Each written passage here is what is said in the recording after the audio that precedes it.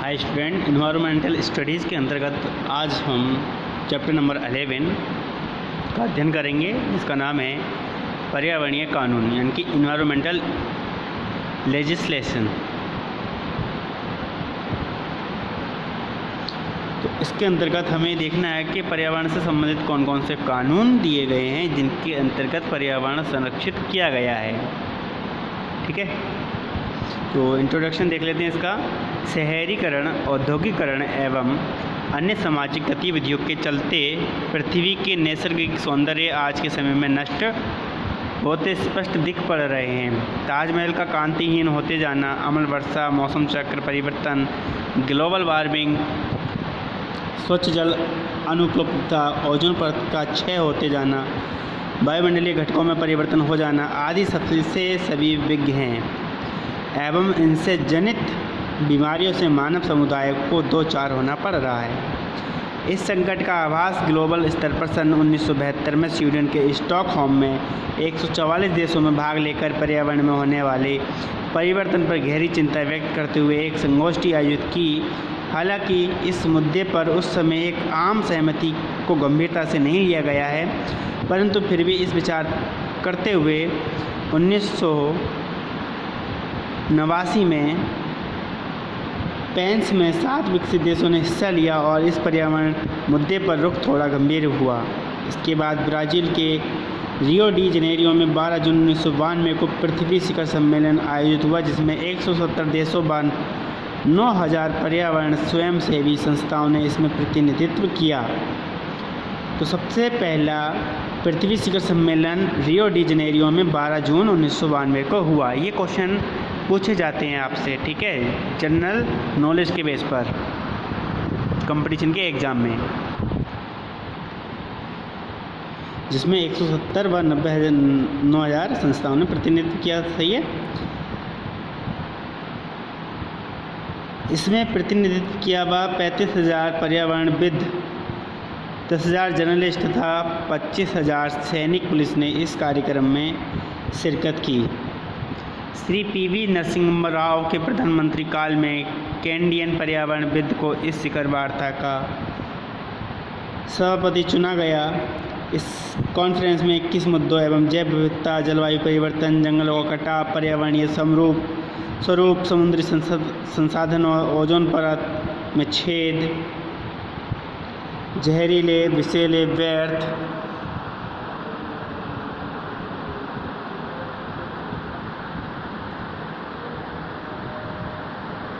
शहरीकरण आदि पर एजेंडे का डॉक्यूमेंटेशन किया गया। इसी एजेंडा में नीति, नियम, प्रबंधन एवं संधियों पर भी आपसी मंतव्य निर्धारित किया गया। विकसित देशों द्वारा विकासशील देशों को पर्यावरण सुधार हेतु अंशदान किए जाने एवं वर्ल्ड बैंक द्वारा सभी देशों को वित्तीय सुविधाएं मुहैया कराए जाने पर सहमति व्यक्त की गई, परंतु उस समय संयुक्त राष्ट्र द्वारा विकसित देशों की आर्थिकता एवं आवश्यकता का पक्ष लेते हुए उन सभी संधियों से हाथ खींचने में पहल की।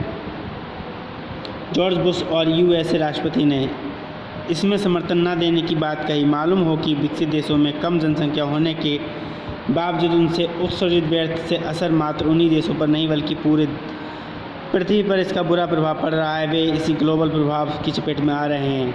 ये देश आज G8 के रूप में संयुक्त होकर भूमंडलीय पर्यावरण में सुधार हेतु पहल कर रहे हैं। ग्लोबल स्तर से पूर्व प्रत्येक देश ने अपने अपने कुछ नियम, कायदे, कानून विधिक रूप से पर्यावरण की सुरक्षा एवं संरक्षण हेतु बनाए, ताकि पर्यावरण को दूषित होने से रोका जा सके एवं इसकी स्वच्छता बचाई व बरकरार रखी जा सके। इसके लिए देशों ने अपनी अपनी रणनीति तैयार की। बहिष्राप, उपचार संयंत्रों हेतु आबकारी कर में छूट, संसाधनों के दोहन न करने हेतु सुझाव देना आदि सब औपचारिक कानून बनाए गए। प्रत्येक नागरिक को पृथ्वी पर संसाधनों के संरक्षण हेतु नियमों से अवगत कराया गया एवं इसकी बाध्यता पर जोर दिया गया। पर्यावरण कानून के लागू होने से स्वतंत्र रूप से प्रवर्तित सौंदर्य के नष्ट होने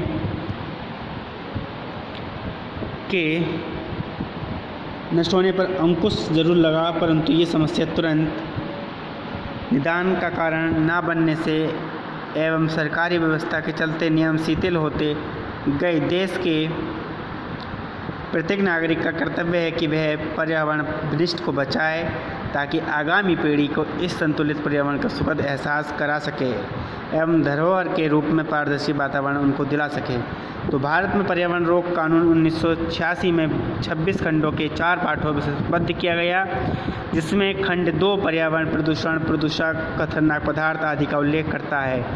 इस कानून में निम्न प्रोग्राम है: पर्यावरण की गुणवत्ता की सुरक्षा एवं इसमें सुधार करना। नंबर 2, प्रदूषण नियंत्रण करना एवं प्रदूषण रोकना। नंबर 3, पर्यावरण संबंधी जागरूकता लाने के लिए योजनाओं को संपादित करना, इसके लिए शैक्षिक कार्यक्रम, संगोष्ठियों आयोजित करना तथा मीडिया के माध्यम से प्रचार करना। 4, गैसीय उत्सर्जक तथा व्यर्थ जल प्रदूषकों की गुणवत्ता के मानक तैयार करना। तो ये पर्यावरण कानून है जो भारत में स्थापित किया गया था। पर्यावरण रोक कानून कब लगा? 1986 में 26 खंडों में है और 4 पाठों में। 5वां है प्रतिबंधित क्षेत्रों यथा आवासीय व ग्रीन बेल्ट आदि में उद्योगों की स्थापना प्रतिबंधित करना। 6 है दुर्घटनाओं यानी पर्यावरणीय कारकों जैसे और खतरनाक क्रियाकलापों को रोकने के लिए सुरक्षा सहायक कारकों की कार्यविधि बनाना। उद्योगों में निर्माण प्रक्रिया का मॉनिटरिंग कर विश्लेषण करना तथा चेक करना। अनुसंधान कार्यों को आयोजित स्पॉन्सर कर जारी करना। पर्यावरण प्रदूषण की समस्त सूचनाएं एकत्रित करना। पर्यावरण प्रदूषण की रोक हेतु शैक्षिक कार्यक्रम के लिए मानक, कोड, गाइड, मैनुअल व दूसरे प्रिंट मीडिया भी तैयार कर सभी जनों को प्रेरित करना। तो भारत में पहला पर्यावरण संबंधी कानून 1905 में बंगाल स्मोक नॉइसेंस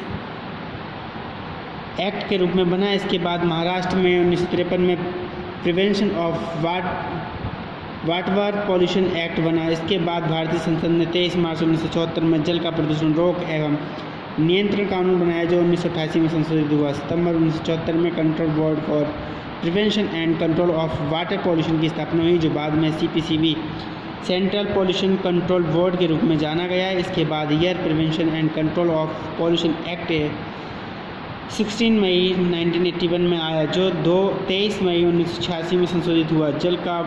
जल कर कानून 1977 में पारित हुआ, जिसमें जल उपभोग टैक्स सरकार द्वारा लगाया गया। बात करते हैं जल प्रदूषण कानून 1974। इस कानून के अंतर्गत पेयजल को सुरक्षित का संरक्षण तथा प्रदूषण रोक एवं नियंत्रण पर विशेष रूप से बल दिया गया है। इसकी निगरानी के लिए चेयरमैन तथा 5 केंद्र सरकारी नियम नामित 5 राज्य बोर्ड से नामित सदस्य सचिव तथा कृषि, औद्योगिक और मछली पालन आदि के नामितों का प्रतिनिधित्व होता है।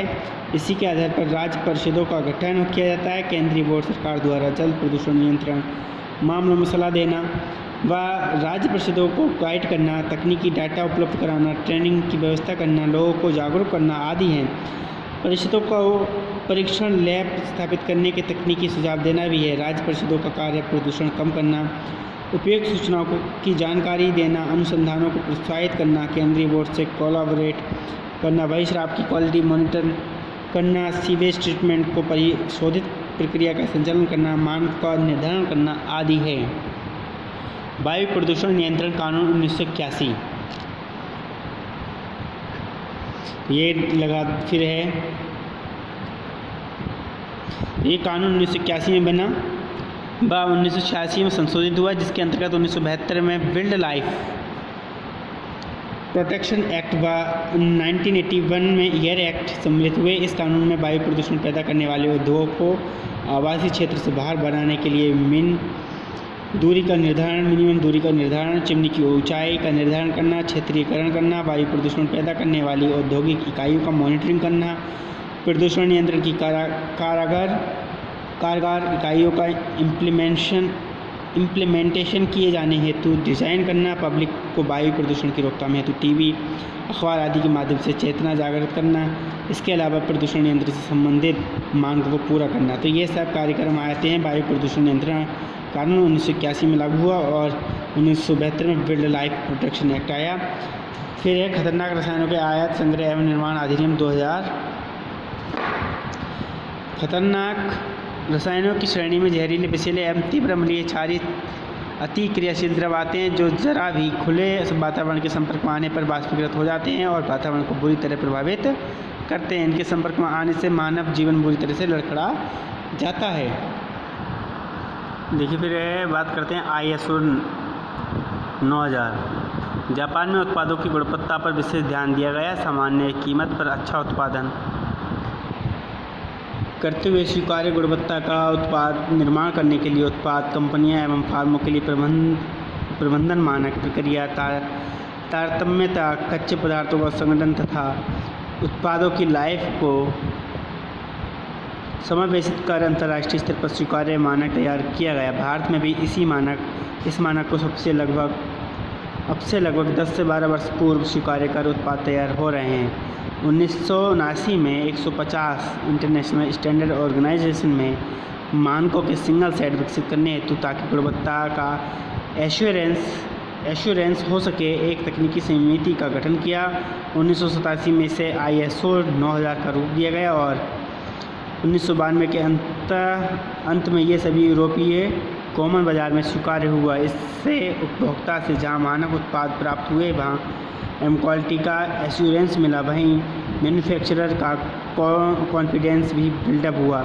अच्छी गुणवत्ता का मतलब उत्पाद का उद्देश्य में फिट होना, आवश्यकताओं के अनुरूप होना, डिज़ाइन व मेकिंग में स्वीकार्य होना तथा टिकाऊ होना। इन सबको देखते हुए ISO 9000 की 5 सीरीज़ विकसित की गई जो उत्पाद के अलग अलग कार्यों के लिए निर्धारित किए गए हैं, जो निम्न हैं।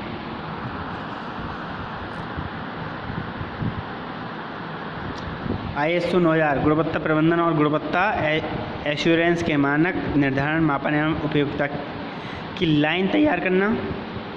दूसरा ISO 9001 गुणवत्ता सिस्टम डिज़ाइन, विकास, उत्पादन और सर्विसिंग की गुणवत्ता एश्योरेंस के लिए मॉडल तैयार करना। तीसरा ISO 9002 गुणवत्ता सिस्टम उत्पादन और उत्पादन के लागत इंस्टॉलेशन के लिए गुणवत्ता एश्योर हेतु मॉडल तैयार करना। चौथा ISO 9003 गुणवत्ता सिस्टम अंतिम निरीक्षण एवं परीक्षण की गुणवत्ता एश्योरेंस के लिए मॉडल तैयार करना। पाँचवा ISO 9004 गुणवत्ता सिस्टम, गुणवत्ता प्रबंधन और गुणवत्ता सिस्टम के तत्वों की गाइडलाइन तैयार करना। तो ये फिर ISO 14 आता है, ISO 14000।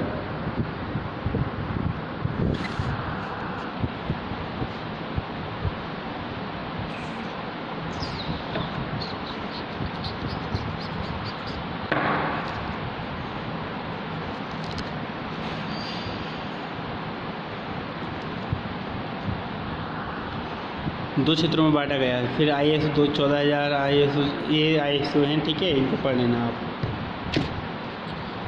जलवायु परिवर्तन पर्यावरण पर जनसंख्या का असर, तो ये जलवायु परिवर्तन के कारण हैं।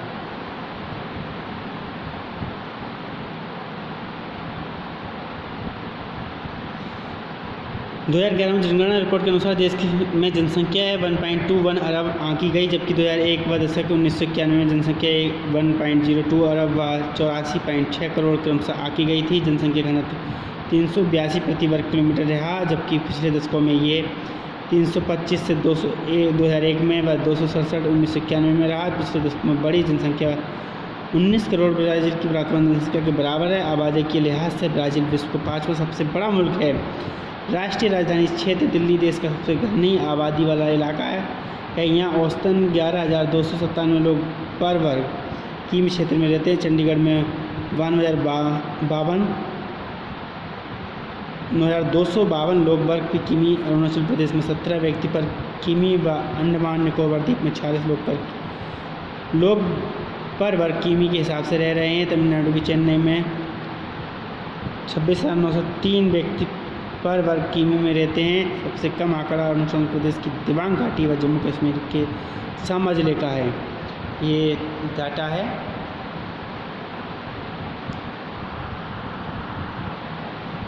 ये रिपोर्ट है, इनको आप पढ़ लें। जलवायु परिवर्तन से बिगड़ रहा है पेड़ों का विकास, पर्यावरण प्रभाव आकलन।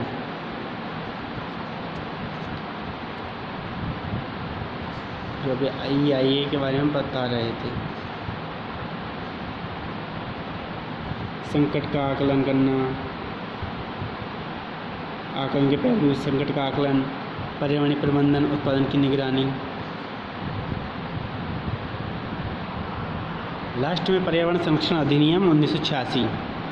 1 नंबर 1986 को पर्यावरण संरक्षण अधिनियम 1986 लागू हुआ और इसे पूरे देश में लागू कर दिया गया। इस अधिनियम में 4 अध्याय 26 खंड शामिल हैं। ठीक है, तो ये रहा।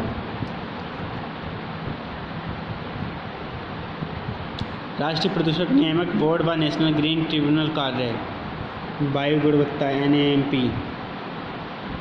तो ये चैप्टर नंबर आपका 11 था, जो कि इस लेक्चर में फिनिश हो जाता है।